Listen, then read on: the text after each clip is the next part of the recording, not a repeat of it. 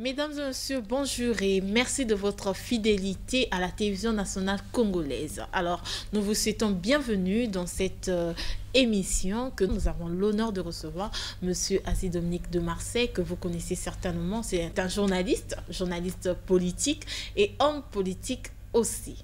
Est-ce que ça vous va quand je vous présente comme ça? La présentation, vous savez, qu'est-ce que ça vaut?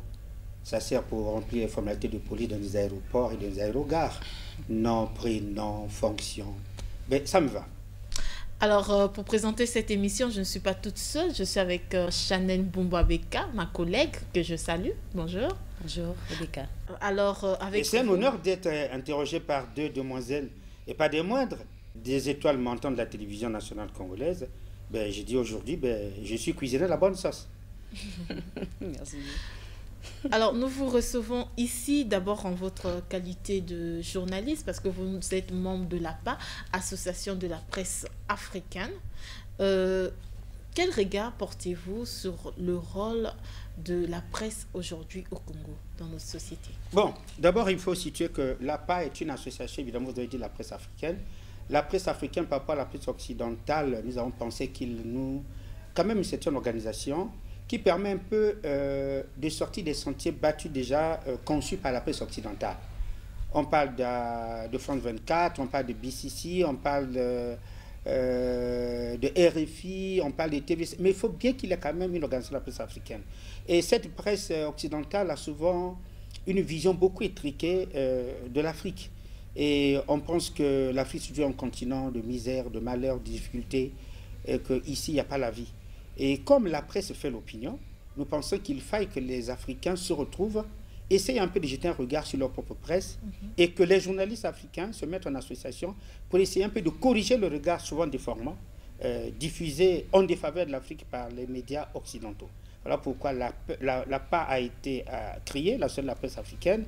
Et pour le moment, nous avons donc un siège provisoire sur Paris où la plupart des journalistes camerounais, congolais, j'y suis membre déjà, et tchadiens, togolais, vraiment francophones comme anglophones, nous sommes dans cette organisation. Et tout dernièrement, nous avons donc épilogué sur le rôle de la presse dans l'instauration de la démocratie dans les États africains. Souvent, l'Occident tire sur nous. Est-ce que la presse africaine a un rôle à jouer ou nous allons laisser la place à la presse occidentale? C'est RFI qui parle de nous, c'est BCC qui parle de nous, c'est France 24. Mais est-ce que l'Afrique elle-même, avec sa presse, est-ce que la presse joue un rôle ou elle est quasiment absente? Et nous avons toutes les réponses. Non, cette presse participe. Alors, est-ce qu'elle est spectatrice ou elle est actrice? Et on dit, elle est à la fois spectatrice et également actrice de l'instauration de la démocratie, et nous allons peut-être le démontrer. Vous m'avez posé une question d'entre deux jeux. Ok.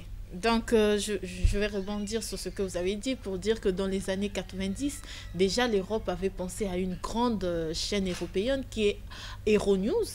Et aujourd'hui, ils ont leur petite sœur, comme ils appellent, Africa News, qui est même basée à Pointe-Noire. C'est bien, je salue l'initiative de l'APA, mais est-ce que ce n'était pas important d'avoir une grande chaîne africaine comme... Africa News, qui est déjà créé malheureusement par les Européens, un truc, c'est vrai qu'il y a Africa 24, mais un truc basé en Afrique pour parler des problèmes réels des Africains. Oui, vous savez qu'avoir une chaîne comme ça va d'abord de la volonté politique des dirigeants. Le média est une arme fatale. Quatrième pouvoir. Qui gère une télévision comme celle-là? Il faut bien que les chefs d'État africains soient conscients que non. En dehors de ce que l'UIA existe, l'Union africaine, de l'organisation de l'UIA, nous avons la presse africaine, et cette presse africaine peut se donner les moyens de créer des médias qui répondent aux exigences de l'Afrique. Mais il faut bien que les chefs d'État africains posent ce problème sur la table. Mais comme vous allez, on parle de l'UIA, on parle plus des problèmes économiques, des problèmes politiques, parfois culturels avec le FESPAM, culturels avec le FESPACO. Le FESPACO, c'est le festival du cinéma de Ouagadougou, qui est un cinéma africain. Le FESPAM, c'est le festival du cinéma et de la musique africaine, se trouve, le siège est à Brazzaville.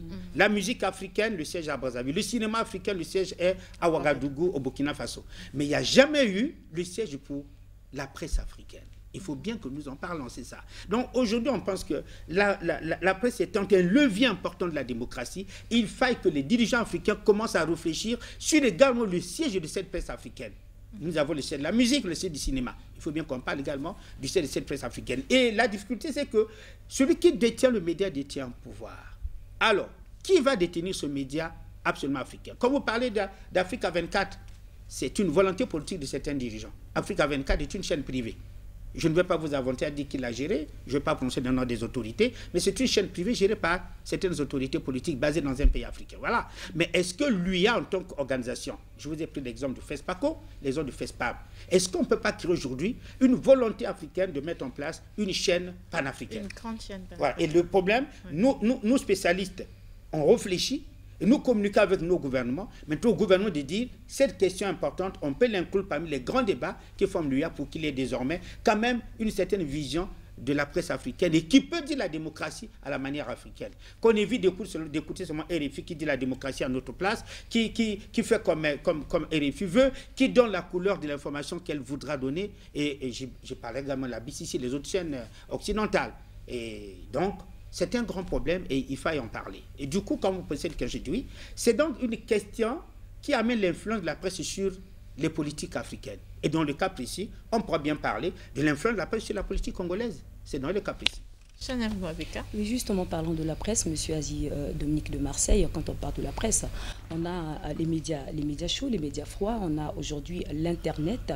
Et aujourd'hui, on voit dans les réseaux sociaux, tout ce qui est véhiculé, tous les messages qu'on a dans les réseaux sociaux, ces messages qui montrent un Congo qui s'arrête, un Congo où rien ne marche du tout.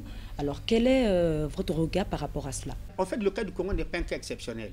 Les autres amis, que ce soit au Gabon, au Tchad, au Centrafrique, quand nous sommes retrouvés, cette question revient. Moi, j'ai fait une communication sur le cas du Congo. Je pense que j'étais seul, mais dans la salle, c'est tout le monde. Tout le monde dit, mais attends, si vous êtes en train de dépeindre sur le Congo, ça se passe partout. C'est-à-dire, aujourd'hui, quand on parle de presse, en général, de communication, il n'y a pas que la radio, il n'y a pas que la télévision, il n'y a pas que les journaux. Mais il y a aussi les réseaux sociaux qui font partie de cette presse qui communique. Presse ici en tant qu'organe de communication, en tant que véhicule d'un message. Et vous savez que les réseaux sociaux deviennent de plus en plus importants parce que même dans ta propre chambre, tu peux regarder. Voilà. Un enfant en marchant, on peut regarder. Dans la voiture, on peut regarder. Mais la télévision, on ne la regardera pas en marchant, on ne la regardera pas de la voiture. Et ça demande beaucoup de disponibilité pour suivre la télé. Mais aujourd'hui, avec un téléphone simplement, on peut regarder très bien ce qui se passe au travers du monde par les réseaux sociaux. Ce qui fait que les réseaux sociaux ont pris une part importante de la diffusion de l'information. Or, cette part importante n'est pas forcément positive. Elle est aussi négative, et beaucoup négative. Parce que ceux qui disent cette information ne sont pas des professionnels formés. Ça peut être ma fille dans sa chambre, elle envoie un message. Et le message atteint le monde entier. Mais elle n'a aucune formation. Elle ne pèse pas le pour et le contre cette information. Elle n'a pas traité. Dans les journalistes, on dit, il y a la collecte, il y a le traitement, il y a la diffusion. Mais ma fille dans sa chambre ne sait pas qu'il y a la collecte, il y a le traitement, la diffusion. Ce qui lui passe par la tête, elle diffuse. C'est ça, les réseaux sociaux. Donc, et comme ces petits faits de société qui peuvent être avérés ou non avérés, attirent l'attention de tout le monde, eh bien, chacun a plus de facilité de s'adresser, de suivre les réseaux sociaux. L'autre côté d'impact, j'ai fait cette communication, c'est que les réseaux sociaux permettent de communiquer facilement. Le citoyen qui est à la maison, comme ma fille communique avec son téléphone dans sa chambre, mais c'est une autre fille d'un autre bout du monde qui communique avec elle. C'est un autre gars qui communique. Donc, à la télévision, ce n'est pas la même chose. On peut nous écouter parler, mais quelqu'un ne réagirait pas à la minute. Il a écouté, il a encaissé. Mais sur les réseaux sociaux, il y a une page commentaire. Vous commentez, vous allez. Alors voilà que ça a pris de l'ampleur. Et quand ça prend de l'ampleur, malheureusement, les réseaux sociaux ne sont pas forcément tenus par des professionnels. Il y a des journalistes formés qui sont sur le web. Mais le web ne donne pas qu'aux journalistes formés. Il y a des gens qui ne sont pas formés, qui sont improvisés journalistes, qui sont des simples citoyens, qui font les réseaux sociaux. Ils n'ont même pas de ligne éditoriale. Ils n'ont pas de ligne éditoriale, qui font les réseaux sociaux. Et en ce moment-là, vous pouvez tout lire sur un pays. Et pour venir dans votre question, on a regardé ça au cours de cette conférence. Pour revenir sur cette question, dit, c'est un danger pour nos pays africains. Parce qu'on n'écoute que ce qui est écrit, que ce qui est dit, que ce qui est vu. La télévision, on voit, la radio, on écoute, et la presse, on écrit. Alors, quand on dit ça, tout de suite, on donne un crédit de vérité. Vous avez parlé du cas du Congo. Évidemment, je vous dis, c'est un cas général à l'Afrique. Le cas du Congo, par exemple. Vous lisez sur les réseaux sociaux, vous êtes très étonné de la peinture qu'on fait de notre pays. Une peinture complètement négative. Un tableau complètement sale. On parle d'abord de politique. On pense que nous avons raté notre démocratie, que la démocratie va mal dans notre pays. On parle des élections qui n'ont convaincu personne. On parle de la crise économique. on parle de l'emprisonnement des citoyens, on parle de la guerre et tout sur les réseaux sociaux. Mais justement, monsieur... Mais ces choses-là, il y a le côté négatif et le côté positif. Dans ce qui est dit, il y a l'amateurisme du professionnel, il y a aussi la connaissance du professionnel. Dans ce qui est dit également, monsieur Azy Dominique de Marseille, il y a, c'est vrai, il y a aussi une dose de vérité dans ce qui est dit. Parlons des élections ratées, on sort des élections au Congo et tout de suite après, éclate la situation dans le sud du pays. Est-ce que dans ce cas, on ne peut pas parler des élections ratées quand on dit quelque part dans les réseaux sociaux que quelque part ça ne marche pas? D'abord, j'ai placé le problème tel qu'il est. Maintenant, on peut le décortiquer, ce problème. Si on peut le décortiquer, il y a un fait simple. Alors, regardez les réseaux sociaux, regardez la télévision, regardez la radio, la presse écrite, ce qu'on peut appeler tout ça comme élément de communication de masse. Mais qu'est-ce que nous lisons dedans? Nous lisons des articles qui disent « ça ne marche pas », il y a des articles qui disent « ça marche ». Prenons les deux cas. Parce que si nous faisons ce plateau, c'est pour avoir les deux cas. Oui.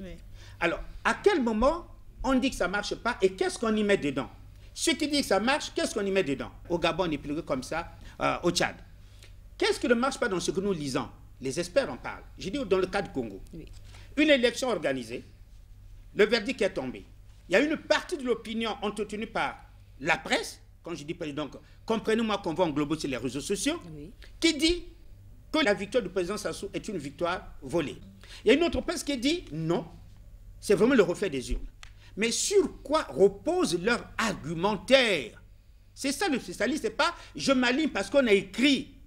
Quand vous lisez ce qui est écrit, et vous avez là des débats au niveau international, c'est des journalistes africains qui sont dans la salle, ce n'est pas des Congolais, tu as fait la communication sur le Congo, on te pose des questions. Qu'est-ce qui est dit? Qu'est-ce qu'on reproche à votre pouvoir? Est-ce que ce reproche est crédible? Ce qui est Paul, est-ce que l'argument qu'il donne est crédible pour celui qui est Paul? Bon, alors maintenant, on va décortiquer. Vous imprimez ces articles-là et vous les lisez. Vous prenez 4 exemples, vous prenez 4 articles qui disent non, prenez 4 articles qui disent même 5, et quand vous lisez, tout le monde est là, on se met à rire. Parce que le contenu, parfois, n'épouse pas le gros titre. Élection truquée. Qu'est-ce que le journaliste dit? Et quand vous lisez, tout le monde se met à se marrer. Mais ce n'est pas possible. Comment il peut écrire comme ça? Vous entendez? Pourquoi? Parce que quand vous êtes un expert, on ne prend pas la rue. Vous êtes là à une conférence internationale. Dans un pays, les structures qui sont officielles sont les structures reconnues. Pour organiser une élection, il faut quoi? Il faut des structures. Il faut une commission électorale qu'on dit indépendante. OK? Nous sommes d'accord. Il faut des candidats qui ont fait valider leur élection, leur candidature. OK. Et si le Congrès passé par là, dit oui. Les candidats, les 9 candidats, ont déposé leur candidature à la Cour constitutionnelle. La Cour constitutionnelle a validé les candidatures. Il y a une qui a été invalidée parce qu'elle n'a pas payé sa caution. Donc, elle n'a pas rempli les critères exigés par la loi. Vous voyez comment on raisonne? Alors, en ce moment-là, celui des réseaux sociaux qui comprend, qui le dit comme ça, il y a une signification positive. Il parle de la Cour constitutionnelle, il parle du dépôt, il parle du refus d'une candidature parce qu'elle n'avait pas payé sa caution. Bon, maintenant on arrive. Donc l'institution a validé, oui. Sur 10 candidats, il reste 9, oui. Bon, les 9 ont concouru. Comment on organise l'élection? Chaque parti politique a son représentant dans les bureaux de vote. Donc si nous avons par exemple 3000 bureaux de vote, égale 3000 représentants par candidat. Et comme nous en avons 9, c'est 3000 fois 9. Voilà, c'est ce que ça veut dire. Chaque représentant d'un parti politique est dans un bureau de vote. Pourquoi vous avez mis comme ça au Congo? C'est pour éviter qu'il y ait triché. C'est-à-dire, si tu représentes ton parti, tu refuses de signer le procès verbal parce que pour toi, le résultat qui est là ne reflète pas le dépouillement. D'accord. Dès lors que tu refuses de signer le procès verbal, c'est que tu t'opposes. Bon, maintenant, est-ce que ces réseaux qui disent la victoire était tronquée? Est-ce que c'est au vu des procès verbaux qui ne sont non signés? Est-ce qu'ils ont évoqué ça? Vous avez lu l'article, on n'évoque pas les procès verbaux. On écrit les résultats, nous les contestons parce que ce n'est pas les vrais résultats et on ne donne pas la preuve qui corrobore la contestation. En ce moment-là, au niveau international, on rigole. On dit, mais comment il peut écrire sans donner la preuve? Maintenant, celui qui dit c'est bon, les candidatures validées par la Cour constitutionnelle, qui est un organisme légal, c'est bien. Les gars ont concouru, c'est bien. Ils ont battu campagne, personne n'était arrêté, personne n'était empêché de battre campagne, c'est bien. Ils ont voté jusqu'à la fin, c'est bien. Et on a dépouillé. Et quand on a dépouillé, les résultats sont sortis. Maintenant, on peut la question de savoir pourquoi on évoque l'arrêt du téléphone. Quand le téléphone s'est arrêté au Congo, c'est tous les citoyens qui n'avaient pas le réseau. Et c'était pourquoi alors? Quand on fait une élection, toutes les sensibilités sont en alerte. L'élection, c'est un acte tellement important chez nous. ça peut causer mort d'homme, parce que c'est un problème de pouvoir. Et le pouvoir au centre de tout. Bien. Durant tout le temps que le Congo était en affaire d'élection, on a constaté que quand on gagne un match, on casse. Quand on perd, on casse. On a constaté que quand certains hommes politiques veulent mettre la jeunesse dans la rue, ils réussissent facilement. On parle de Talangaï, on parle de Makelele, on parle de Bakongo, et on rentre dans la rue, on casse. La sécurité qui veille sur la vie des gens et sur les biens a constaté que le téléphone est un instrument important qui permet non seulement de servir loyalement, mais qui peut aussi de servir déloyalement. Avec le téléphone, on peut déclencher une opération. Ils ont compris que comment on peut partir, par exemple, de Talangaï, facilement de Bakongo, se retrouver pour poser un acte. Mais est-ce qu'il passe par mégaphone? Non. Est-ce qu'il faut l'appel par la télévision? Non. Oui. Ils utilisent le téléphone pour qu'ils se retrouvent sur un point et posent un acte. Je ne dis pas les questions, je dis c'est comment ça se passe. C'est la sécurité qui a pour spécialité ça. Moi, je suis journaliste, ce n'est pas ma spécialité. Je pose la question aux policiers. Qu'est-ce qui motive que vous fermez le téléphone alors que nous travaillons avec le téléphone? Monsieur Azi, les raisons d'État sont plus importantes. Par le téléphone, on peut détruire ce pays. Notre rôle, c'est de veiller sur la stabilité du pays. Le téléphone est fait pour tout le monde. Donc même nos parents, nous n'ont pas le téléphone. Si ça doit prendre 4 jours pour des raisons d'État, nous, ça prendra 4 jours. Mais je ne vais pas lui dire, dites-moi les raisons d'État. Les secrets d'État sont conventionnés. On peut ne pas vous le dire. Par le téléphone, on peut déstabiliser, comme par le téléphone, on peut crédibiliser. Et nous avons pensé que ce pays a trop souffert des rafles de la guerre. Nous avons fait parce que, n'importe quelle personne pouvait publier n'importe quel résultat. Dans un pays, quand on gagne un match, on casse. Quand on perd, on casse. Il faut que quelqu'un dise que non, j'ai été élu, on peut casser. Les politiques avaient 2 commissions électorales indépendantes. Il y a eu une commission d'opposition et une commission de pouvoir. Monsieur Azi, vous êtes journaliste, oui. On peut voir la question. C'est ça aussi fait l'investigation. Si nous avons laissé le téléphone ouvert, imaginez que la commission électorale de l'opposition avait programmé les résultats qui ne corroborent pas avec les résultats officiels. Et que les choses soient descendues dans la rue parce qu'ils ont eu des communications de n'importe qui par téléphone. On ne fait pas le médecin après la mort. Le pays s'est mis à feu et vous avez dit que la police a fait. Voilà pourquoi nous avons dit, et la commission électorale de l'État et celle de l'opposition, personne n'a le téléphone jusqu'à ce qu'on termine les élections. Est-ce que ce n'est pas une forme de dictature? Ce n'est pas, non, je n'ai pas dit, attention, je n'ai pas dit que c'est mauvais comme c'est bon. Ce qui est fait est fait. Oui. Nous avons traversé cette période. Oui. Dieu merci, nous n'avons pas connu une tragédie quelconque. Oui. Maintenant, nous parlons de l'avenir. Est-ce qu'il y a une méfiance entre la jeunesse congolaise, parce que notre population est représentée quand même par 70% de la jeunesse, et ce sont eux qui utilisent essentiellement des réseaux sociaux. Est-ce qu'il y a un désamour entre la sécurité et la jeunesse congolaise? Non, il y a un désamour total parce que la sécurité... Un désamour total. Oui, total, je vous le dis, je vous le démontrer. Quand on affirme, on le dit, mademoiselle. Le désamour total, c'est quoi? Vous savez quel est le problème de la police aujourd'hui? Tous les temps, qu'est-ce qu'elle fait? Elle doit aller intervenir. Vous voyez le cas de Mungali. Il y a du sang qui coule sur un obélisque. Il a fallu que la police aille mettre de l'ordre. Mais dites-moi, je vous pose la question, Rebecca. Pourquoi quand on gagne un match, pourquoi est-ce qu'on casse? Vous appelez ça l'amour de la police avec la jeunesse? Pourquoi quand on perd un match, pourquoi est-ce qu'on casse? Mais vous-même, journaliste, commencez à analyser le comportement de votre propre jeunesse. Si on vous parle, vous allez dire la jeunesse congolaise est tellement en amour avec la police. La police est contre la casse. Tout ce qui va au concours de tout le dehors public rencontre la police. Vous savez, c'est parce que, comme vous dites, alors si une jeunesse qui gagne un match, elle casse, qui perd un match, elle casse, vous allez dire qu'elle a un amour de sainteté avec la police. Voilà pourquoi je vous ai dit, elle est en désaccord avec la police.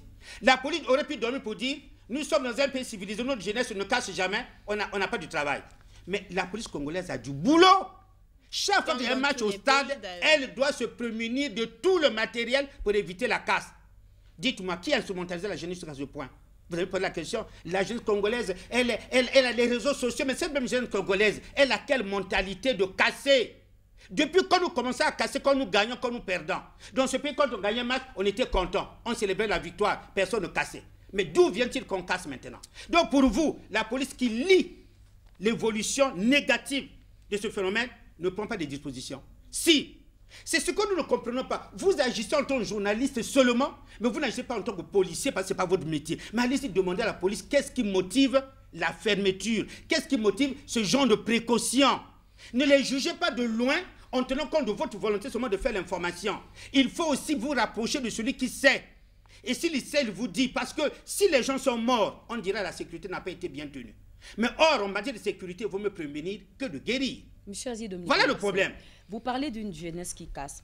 Est-ce que quelque part, cette jeunesse n'a pas cette mentalité parce que quelque part, il y a des hommes politiques qui entretiennent ce comportement? Voilà. Commençons d'abord par la formation de cette jeunesse. Non, nous allons, parce que si elle est instrumentalisée, c'est parce qu'elle a été mal formée. Voilà. C'est parce qu'elle a été délaissée, parce qu'il y a eu un fossé. Par vous, les dirigeants. Entre la jeunesse des années 70 et la jeunesse des années 80-90. Le fossé est tellement il faut le reconnaître aussi. C'est une bonne question. Je suis un homme politique. Oui. Je ne dis pas comme le président Sassou dit, j'assume, mais je vais reprendre. Je vais reprendre. Écoutez-moi très bien. Là, c'est l'homme politique qui parle. Mais dites-moi, je vous pose une question simple. Vous avez dit la formation des hommes politiques. On rentre là de plein pied du côté formation des hommes politiques. Si je suis un leader politique, quand je parle, j'oublie une chose capitale. Quels sont les principes qui régissent l'action politique en matière de démocratie? 1. Nous sommes dans un état de droit. Si je pose un acte répréhensible par la loi, je peux être poursuivi. 2. J'ai une liberté d'expression garantie par la loi. Je peux m'exprimer librement, sans pourtant toucher à la vie privée d'autrui. 3. Le pouvoir que je vais exercer s'obtient par les urnes. J'ai toujours dit sur le plateau, il y a des jeunes cadres qui arrivent en politique qui vont balayer cette vieille classe. Parce que cette vieille classe, à mon avis, ne comprend rien à rien. Pourquoi je dis ne comprend rien à rien? Je vous donne des exemples. C'est nous la politique. Je commence à taper sur nous et après je vais taper sur votre jeunesse. Nous les politiques. Comment je peux pas dire que je suis un homme politique? Pour aller à une élection présidentielle, je passe par les canaux prévus par les institutions officielles. Qu'est-ce que je fais? Les institutions officielles disent il faut que je dépose la candidature. Elle est validée par qui? Par le Conseil constitutionnel. S'il ne valide pas, je ne concours pas. Il a validé, j'ai concouru. Je reconnais que cette institution existe. Mais dès lors que cette institution dit j'ai perdu, pourquoi je méconnais qu'elle existe? Ça, c'est la culture de l'homme politique qui est cupide. Hors-toi de là que je m'y mette. Ils ne vont pas en politique pour distribuer des bonnes idées. Ils vont en politique pour satisfaire leur ventre. Ainsi donc, le même Conseil constitutionnel qui a validé ton élection pour faire de toi candidat, il dit non, monsieur, tu es normal, tu peux concourir. Vous reconnaissez son poids, vous applaudissez. Vous n'avez pas de campagne. Quand elle dit, la même cour dit, vous avez perdu. Ah non, elle est contre moi.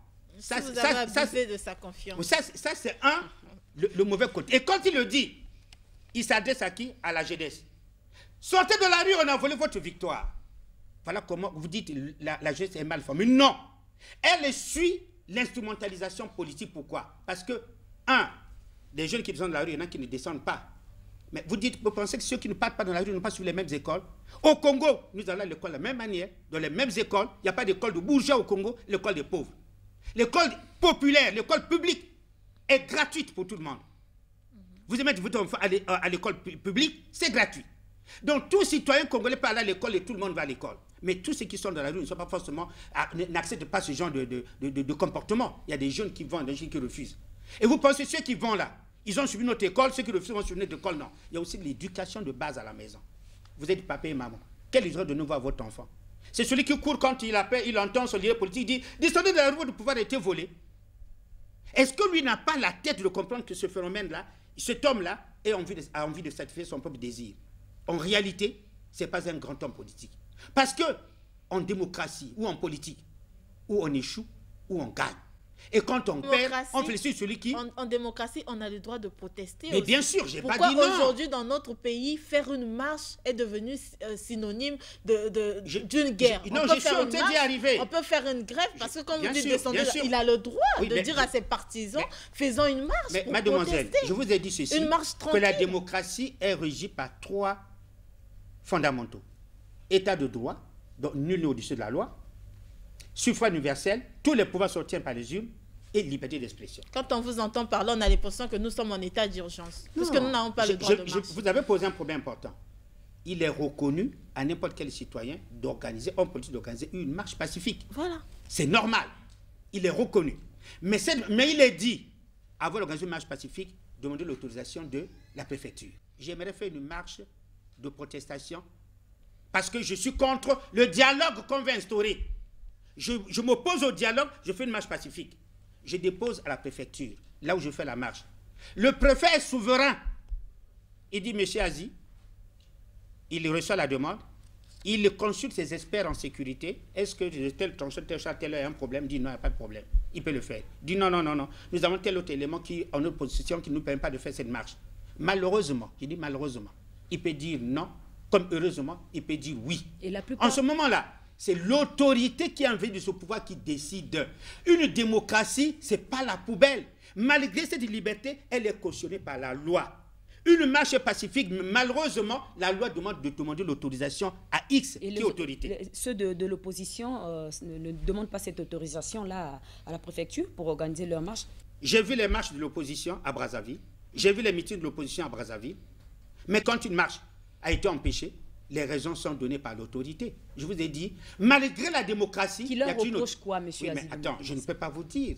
Mais quand une autorité dit, par exemple, l'autorité municipale vous dit, le maire de la ville dit, je ne vous dote pas de faire la marche, mais vous ne donnez pas à moi message d'aller lui demander qu'est-ce qu'il... Il doit avoir des éléments en sa position. Le problème, c'est que la démocratie, en même temps, donne des libertés, mais elle ferme à gauche, elle ouvre à droite. Vous parlez de la démocratie, bien monsieur sûr. Aziz, vous parlez de la démocratie, bien nous sûr. sommes dans un état de droit, oui. un état voilà, démocratique. Exactement. Mais pourquoi il y a des arrestations du côté de l'opposition? Il y a des opposants qui sont arrêtés. En prison.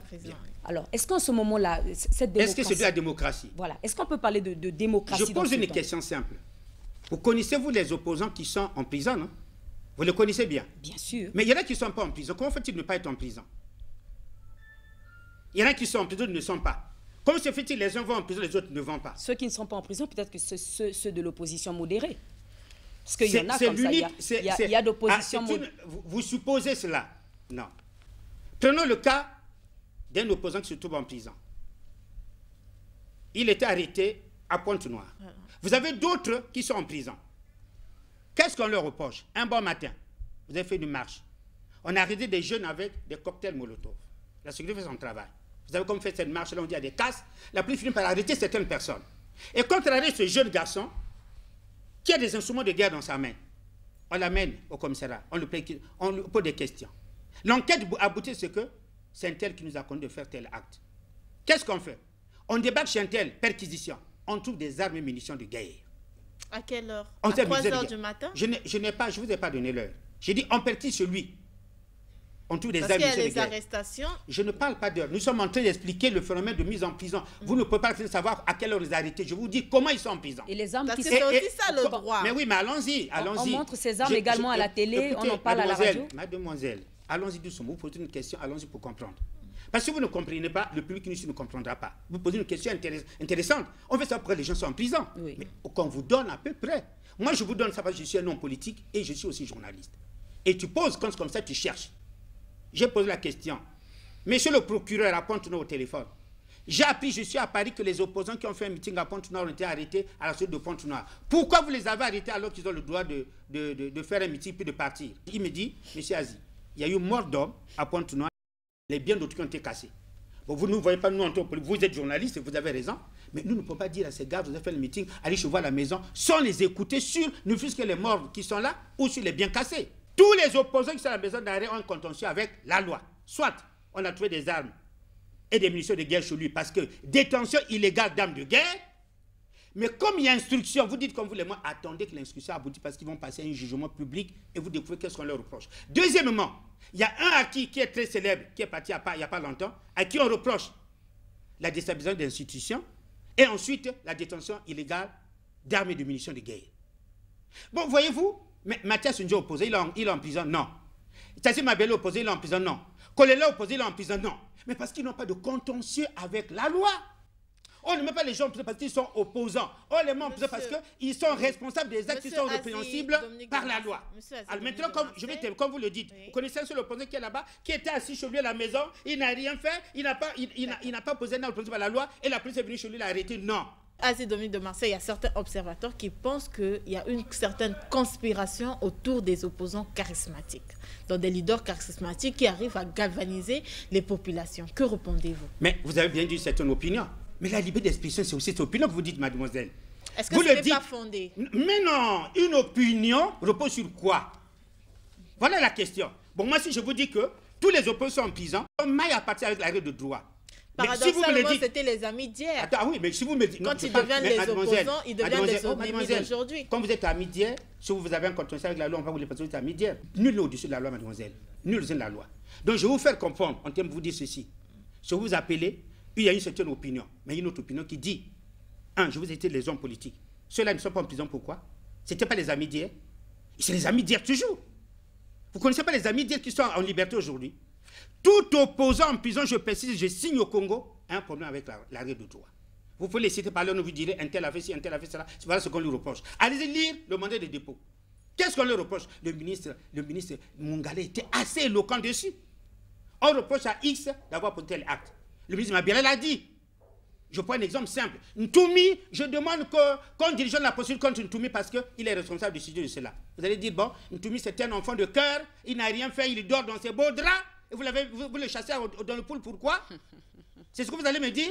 Bon, Mokoko en prison, c'est tellement un enfant de cœur, il n'a rien fait, vous l'avez mis en prison. Tous ceux qui sont en prison, un problème. Ouais, mais parce qu'ils ont été cités par les autorités. Vous avez fini par citer les noms. Non, j'ai dit ceux-là ont été cités par les autorités. D'accord. Mabiala, on a dit, je peux citer Mabiala. Ntoumi, c'est Mabiala qui en a parlé. Je cite Ntoumi Mabiala. Voilà pourquoi je me protège derrière une autorité de droit. Mais ceux que je ne vous ai pas de prendre, je ne vous ai pas dit son nom. Parce qu'ils ne sont pas cités par les autorités. Ils sont nombreux comme ça. Vous envoyez un enfant brûler un marché à Mungali. Il lui dit on m'a donné 100 000. Mais pour lui, qui lui a donné 100 000? On ne vous a jamais dit. Vous savez qui a donné 100 000 occasions de brûler le marché de Mungali? Non. Mais moi, je le sais. Ce monsieur où il est en prison. Vous donnez l'argent à un garçon pour aller brûler un marché. Et vous êtes opposant politique, vous avez fait une marche, à la fin on brûle le marché. On arrête le garçon avec les 100 000, et puis il dit ce qu'il me l'a donné. On va chez vous, vous dites non, je suis opposant, on est contre moi. Mademoiselle, une certaine opinion est une opinion. En démocratie, toutes les opinions se valent. Mais il ne faut pas que vous pensiez que les opinions de Pierre sont plus que les opinions de Paul. Acceptez ça comme la liberté d'opinion, parce que ceux qui sont pour disent oui, ceux qui sont contre disent non. Mais ne vous faites pas entraîner par l'opinion de pour ou du non. Analysez ce que vous entendez pour être plus crédible. Et nous avons le droit d'être impartial. Monsieur Azid, bien sûr, vous avez le droit d'être impartial. Nous sommes presque à la fin de cette émission. Ça serait ma dernière question. Nous avons évoqué des questions très importantes. Il s'agit des gens qui sont en prison. Il s'agit de l'avenir de notre pays, de la justice qui garantit les droits de chacun. Est-ce que vous avez la conscience tranquille? Bien sûr. Mademoiselle, je vous ai dit ceci, mademoiselle. Le pays, s'il va mal, la responsabilité des hommes politiques engagés, parce que nous voulons faire la politique sans respecter les règles de la politique. Si nous ne les respectons pas, eh bien ça va dans tous les sens. Le pays va mal. Si le pays va mal, est-ce que ce n'est pas de votre faute? Parce que c'est vous qui êtes... Mais c'est nous les hommes politiques, mais je vous l'ai dit dès le départ. dit que le poisson commence à pourrir par sa tête. Si le pays va mal, est-ce que ce n'est pas vous qui êtes la tête qui fait en sorte que le pays aille mal? Je prends un exemple. Je sors avec mes ninjas, je brûle la commune de Makele-Kele. Mais c'est moi qui suis à la tête des ninjas, non? Le pays va mal par moi. Je sors les ninjas, je tue des gens, 17 morts, je brûle un commissariat, je brûle la gendarmerie, je brûle la mairie. Le pays va mal par moi, homme politique. Je n'ai pas accepté ma défaite. Je suis un opposant politique. Je pense que non, il me faut mettre Pierre ou Paul dans la rue pour prendre le pouvoir. Je ne cite pas leur nom. Ils sont encore en train d'être entendus à la maison d'arrêt. Il faut faire l'investissement, mademoiselle. Quand vous parlez sur un plateau, il faut maîtriser de quoi vous êtes en train de dire. Je connais les dossiers pour lesquels les gens sont à la maison d'arrêt, mais c'est grave d'une gravité extrême que des gens, des mercenaires dans des pays limitrophes, qui attendent que tel prenne le pouvoir, qu'il commence le coup et nous rentrons pour déstabiliser les institutions. La police travaille. Elle n'est pas faite pour sucer les bonbons. Elle est au courant, elle t'arrête et on te met en prison. Mais le jour qu'il y aura un procès public, vous allez être étonné. Les gens que vous pensez qu'ils sont innocents. Mais le pouvoir qui est en place aujourd'hui ne peut pas s'amuser à mettre les gens comme ça à tour de bras en prison alors qu'il a besoin de stabilité pour bien gérer son mandat. Un chef d'État qui gagne, vous pensez qu'il a besoin de faire la guerre pour gérer son mandat? Non. Mais c'est plutôt ceux qui perdent qui peuvent empêcher ce chef de gérer son mandat. On empêche quoi? On pense que les gens datent. C'est-à-dire qu'il faut qu'il y ait trouble alors pour dire que Sassou ne pourra jamais gérer parce qu'il ne va pas jamais dormir. Quand le président dit tu ne pourras jamais gérer ce pays en paix, ça veut dire quoi? On posera tous des actes qui vont déstabiliser ton pouvoir. Mesdames et messieurs, c'est la fin de cette émission que j'ai eu l'honneur de présenter avec Chanel Mboubouabeka. Nous vous disons au revoir et à très bientôt.